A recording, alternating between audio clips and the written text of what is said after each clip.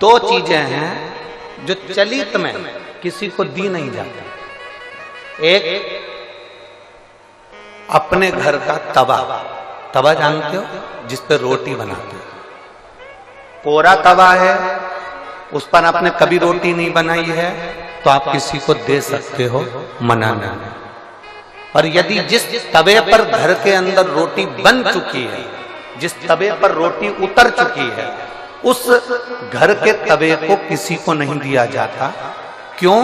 क्योंकि घर में जो बच्चे हैं वो बीमार के बीमार बने ही रहते हैं, वो कभी स्वस्थ नहीं हो सकते, कभी नहीं हो सकते। अगर एक बच्चा बीमार है तो दूसरा ठीक होगा, दूसरा बीमार है तो तीसरा ठीक होगा, तीसरा है तो चौथा बीमार पड़ेगा, ये निश्चित। दो चीजें चलित में किसी को नहीं दी जाती, एक तवा, दूसरे नंबर की कढ़ाई।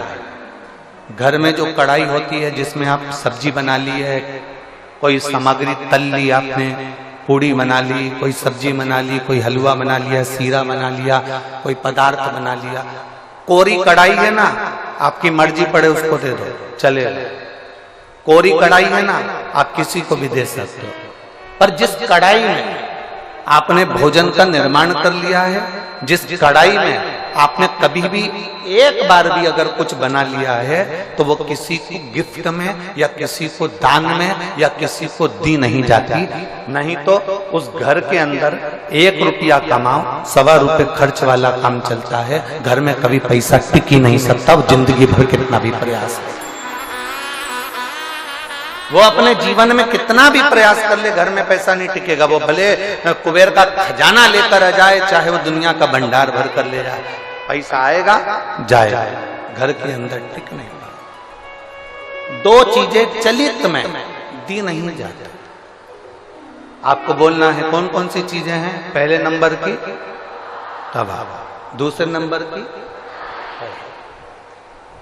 हमारे यहाँ ये दो चीजें दी नहीं जाती, हम इसको देते नहीं। देना नहीं। हाँ, यदि वो कोरी है, उसमें ना रोटी बनाई गई है, ना उसमें कोई सामग्री बनाई गई है, अगर वो कोरी है तो आप दे दो। पर यदि एक बार भी अगर वो प्रयोग में आई है तो वो नहीं, उसको देते नहीं, उसको दिया नहीं जाता।